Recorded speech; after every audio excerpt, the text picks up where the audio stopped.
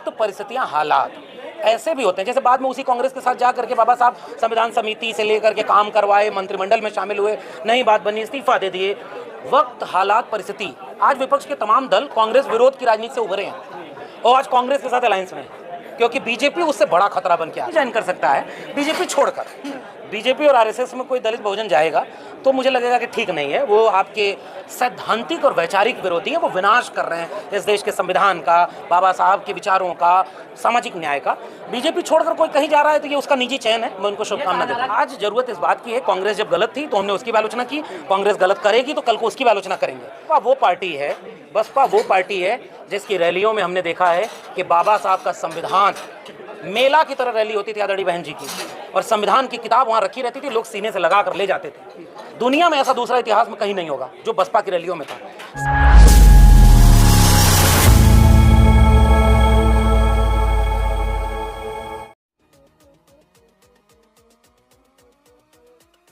Vote चोरी एक ऐसा मुद्दा है कि बिहार के ही नहीं पूरे देश के गांव-गांव में अब लोग कह रहे हैं कि लगता है वोट तो चुराया है। यानी जो एक पीपीटी से राहुल गांधी ने शुरू किया, और असल में राहुल गांधी ने थोड़ी देर में शुरू किया ये काम।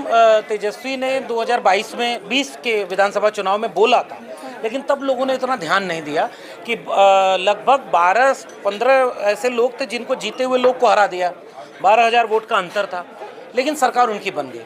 2022 में अखिलेश यादव ने उसी समय बोला था कि उन्होंने वोट हमारे काटे हैं, जो इनके विरोधी वोट हैं इनको वोटर लिस्ट से काटते हैं और वोट डालने नहीं देते, अधिकारियों को लगाते हैं, परेशान करते हैं। फिर चुनाव आयोग ने नोटिस दे दिया कि भाई आप सबूत दीजिए, तो अखिलेश यादव ने 18,000 एफिडेविट के साथ सबूत दे दिया कि देखो तुमने वोट चुराए हैं, वोट तुमने काट दिए। चुनाव आयोग ने आज तक कोई जवाब नहीं दिया। फिर राहुल गांधी को ये बात समझ में आई और मुझे उनको धन्यवाद कहना है कि भाई 2024 का चुनाव इतना आसान चुनाव तो था नहीं। उनको ये समझ में आ गया कि वोट चोरी हो रही है, फिर उन्होंने रिसर्च किया और पीपीटी बना के देश के सामने रख दिया। अब इसके बाद ये पूरा एक जन आंदोलन में तब्दील हो गया है। गांव कस्बों में, सड़क चौराहे की बातचीत में लोग कह रहे हैं कि लगता है वोट चुरा के बना है। जो गुब्बारा बना था ना कि लहर आई है, विश्व नेता हैं, दुनिया में डंका बज रहा है, अब डंका उनका सब फूट गया।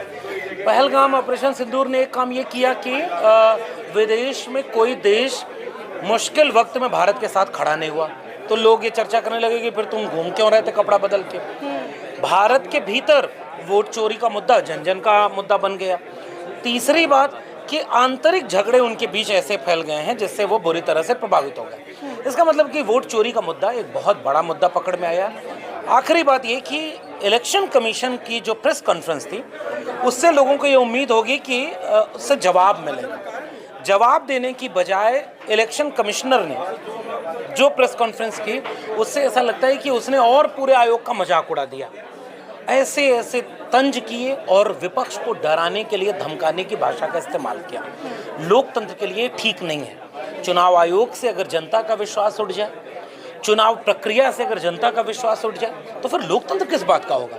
हम सब की जिम्मेदारी है कि चुनाव आयोग को बचाते हुए कि वो किसी पार्टी का एजेंट न बने, वो किसी पॉलिटिकल पार्टी या सत्ता की भाषा न बोले, वो लोकतंत्र की भाषा बोले और विपक्ष को धमकाए नहीं। ये मुद्दा अब जन जन का मुद्दा बन गया। मुझे लगता है कि सड़क पे अभी लड़ाई लड़ी जाएगी और लंबी चलेगी। लेकिन कहा जा रहा है सीधे तौर पर चुनाव आयोग ने भी कह दिया है कि हलफनामा दीजिए वरना 1 हफ्ते के अंदर माफी मांगी। मैं कह रहा हूँ कि अखिलेश यादव हलफनामा लेके संसद पहुंच गए। चुनाव आयोग ने एक प्रेस कॉन्फ्रेंस करके बताया क्या कि ये हलफनामा गलत है। या 2 ही रास्ते हैं चुनाव आयुक्त के सामने, या तो माफी मांगनी होगी पूरे देश से कि तुमने झूठ बोला कि सपा ने हलफनामा नहीं दिया, या आके कहो कि हलफनामा झूठा है। तो हलफनामा के बाद एक होती है मतलब थेथरई, देसी शब्द में बोलते हैं, तो वो काम चुनाव आयोग कर रहा है और वो खुद एक्सपोज हो गया है। लेकिन सीधे तौर पर अभी माफी मांगना तो बाकी। और सबसे बड़ी बात जो चुनाव आयुक्त ने कही, उन्होंने कहा मतदाताओं का अपमान किया है इंडिया गठबंधन के लोगों ने, विपक्ष ने। नहीं, मतदाताओं का अपमान कैसे हुआ है? मतलब मतदाताओं का अपमान तो आयोग कर रहा है। जब जैसे एक सवाल किसी ने पूछा कि 0 मकान नंबर इसलिए होता है क्योंकि उनके मकान का पता नहीं, इमोशनल बना के बताइए मकान नंबर होता ही नहीं, तो बूथ नंबर कैसे अलॉट होता है? मतलब वो व्यक्ति जिसका 0 मकान है मकान नंबर है, वो किस बूथ पर वोट डालता है? इसका जवाब चुनाव आयोग ने दिया क्या?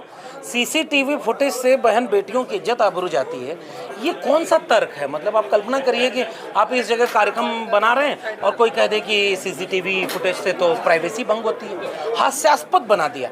इसलिए चुनाव आयोग की आज जिम्मेदारी सबसे बड़ी ये है, वो माफ़ी मांगे या सबूत के साथ बताए कि उनका जो पूरा चोरी पकड़ी गई है।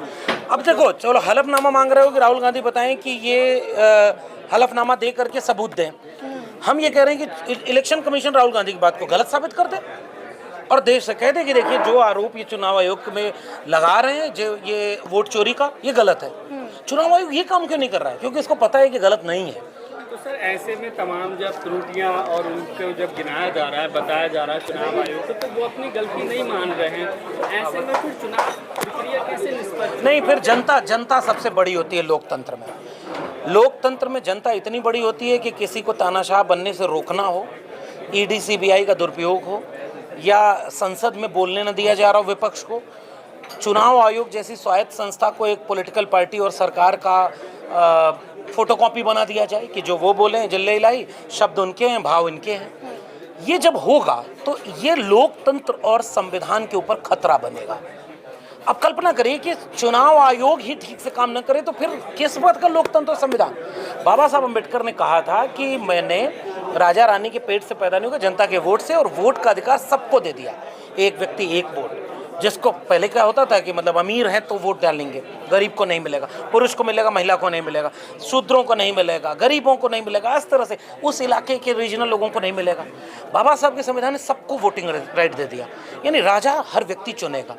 अब अगर यही सुरक्षित नहीं रहेगा तो जनता सड़क पर उतरे, और हम भी ये आह्वान करते हैं। अब मामला ये कोई किसी पॉलिटिकल पार्टी का नहीं रहा, कांग्रेस, सपा, आरजेडी, इसका लड़ाई अब ये नहीं है। ये तो भाजपाइयों को भी तय करना होगा कि कल को अगर आपके भी वोट चोरी हो रहे होंगे। अच्छा, मैं एक सवाल आपसे पूछता हूँ, ये जीतन राम मांझी, चिराग पासवान, जेडीयू या उनके जो एलआई पार्टनर हैं, उनका वोटर चोरी हो रहा है कि नहीं? वो लोग क्या कर रहे हैं? मतलब उनका या तो बोल दिया गया कि आपका नहीं कटेगा, भाई बोलना तो आपको 65 लाख वोटर काट दिए, सबूत आपको सुप्रीम कोर्ट के कहने पर देना पड़ रहा है। यानी सुप्रीम कोर्ट थोड़ा थोड़ा तो बचा है। जनता की अदालत सबसे बड़ी अदालत है, ये एक राजनीतिक लड़ाई नहीं रही। नेता फिर भी 300 सांसद सड़क पर उतरे, आपने पिछली बार कब देखा था? कब देखा था कि कोई पूर्व मुख्यमंत्री बैरिकेडिंग कूद जाए? कब देखा था कि दर्जनों सांसद जेल में ठूस दिए जाए? यानी विपक्ष लड़ रहा है, लेकिन उस लड़ाई से अंतिम मुकाम हासिल करने में मुझे लग रहा है कि मामला बनेगा नहीं जब तक जनता नहीं लड़ेगी। लेकिन चिराग और मांझी कह रहे हैं कि वो गैर संवैधानिक तरीके से ये लोग मतलब या तो चिराग पासवान और जीतन राम मांझी को इंश्योर कर दिया गया होगा कि आप वाला वोटर नहीं कटेगा, नहीं तो उस 65 लाख वाली में उनके लोग हैं कि नहीं, जरा वो भी देखें। अब तो सुप्रीम कोर्ट के कहने के बाद वो लिस्ट सार्वजनिक करनी पड़ेगी, तो ये तो उनके वोटर भी देखें। और चिराग पासवान, उनके गांव में जाकर एक पत्रकार ने कहा कि पासवान जाति के लोगों का एक वोटर लिस्ट में नाम नहीं है, तो वो किसके नेता हैं फिर? ये तो एक्सपोज हो चुके हैं। सर, तेजस्वी यादव कह रहे हैं कि वोट चोरी हो रही है बिहार में, लेकिन जो तेज प्रताप यादव हैं, उनका जो भाई है, वो कह रहे हैं ये सिर्फ सुगुफा है, प्रोपोगंडा, कहीं वोट चोरी नहीं हो रहे, भाई। लीडर कौन है? लीडर कौन है? आरजेडी का लीडर कौन है? मंत्री रहना अलग बात है। मंत्री तो लालकृष्ण आडवाणी गृह मंत्री और उप प्रधानमंत्री थे, मार्गदर्शक मंडल में चले गए। लीडर कौन है? लीडर तेजस्वी यादव। इंडिया गठबंधन पर आरोप है कि वो चुनाव आयोग के कंधे पर बंदूक के चला रहे हैं। वो कौन आरोप ये लगा रहा है? नहीं, ये आरोप कौन लगा रहा है? वो सरकार यानी सरकार बोल रही है ना, तो सरकार बोलेगी, क्योंकि सरकार को अपने चोरी को बचाना है। संसद में बहस करा लो, सबसे आसान तरीका मैं आपको बता रहा हूँ, SIR पर संसद में बहस करा लें, दूध का दूध पानी का पानी हो गया, भाग क्यों रहा है? लेकिन सर वो बहस करने की बजाय नए बिल लेके आ रहे हैं। यही दिखाता है कि आप हेडलाइन मैनेज करना चाह रहे हैं। पूरे देश में जो आपकी छीछा लेदर हो रही है, जनता चौराहे पर उन्हीं का वोटर भी कर रहा होगा, यार ये सही में चोरी करके बनाए क्या? ये किसी के लिए भी नैतिक रूप से सबसे बड़ी हार होती है। वो गुब्बारा फूट गया, जो कहा जाता है लहर है, जादू है, उनके नेतृत्व का जादू है, ऐसा लग रहा है कि नहीं यार चोरी करके बना है। ये जनता बात कर रही है, और किसी नेता का सबसे बड़ी पराजय ये होती है जब जनता उसकी इमेज को ध्वस्त कर दे। मैंने शुरू में ही कहा, ऑपरेशन सिंदूर के समय दुनिया का कोई देश बाहर में खड़ा नहीं हुआ, पाकिस्तान को सब समर्थन करने लगे, अमेरिका ट्रंप ने इतना मजाक उड़ाया, अब नमस्ते ट्रंप कैसे बोले। तो ये कहने का मतलब ये है कि वो खुद ही उनकी इमेज ध्वस्त हो रही है हेडलाइन मैनेज करने के लिए। देखिएगा, हो सकता है कहीं दंगा करा दें, हो सकता है किसी को थप्पड़ मरवा दें, हो सकता है कहीं नया बिल ले आएँ, हेडलाइन में बदल जाए ताकि बहस खत्म हो जाए। विपक्ष अपने लड़ाई लड़ रहा है, जनता को इसे जन आंदोलन में बदलना होगा। वोट चोर गद्दी छोड़ का बार बार नारा दिया जा रहा है, तो गद्दी किसको छोड़नी है? पीएम मोदी की ओर इशारा कर रहे हैं। जो चोर है, जो चोरी तो किया है, लोग चोर है, बीजेपी के सारे सांसद चोर है। नहीं, जो चोर है उसको समझ में आ रहा है, और चोर को सब जनता भी समझ रही है कि चोर है कौन। दाढ़ी कौन जल्दी बनवाया, तिनका किसके दाढ़ी में था, ये जनता समझ रही है, उसको गद्दी छोड़ना पड़ेगा। आपके साथी प्रोफेसर रतनलाल जी ने कांग्रेस में चले गए, तमाम लोग आलोचना कर रहे हैं उनकी, आप देख रहे हैं। क्यों आलोचना कर रहे हैं? नहीं, कोई पार्टी कोई भी ज्वाइन कर सकता है, बीजेपी छोड़कर। बीजेपी और आरएसएस में कोई दलित बहुजन जाएगा तो मुझे लगेगा कि ठीक नहीं है। वो आपके सैद्धांतिक और वैचारिक विरोधी हैं, वो विनाश कर रहे हैं इस देश के संविधान का, बाबा साहब के विचारों का, सामाजिक न्याय का। बीजेपी छोड़कर कोई कहीं जा रहा है तो ये उसका निजी चयन है, मैं उनको शुभकामना देता हूं। कि बाबा साहब और गांधी के विचार नहीं मिलते थे ना, ये तो अम्बेडकर लोहिया और अम्बेडकर के विचार भी नहीं मिलते थे। 1956 में दोनों मिलकर काम करना चाह रहे थे, जीवन में विचार नहीं मिले। 1956 में दोनों मिलना चाह रहे थे।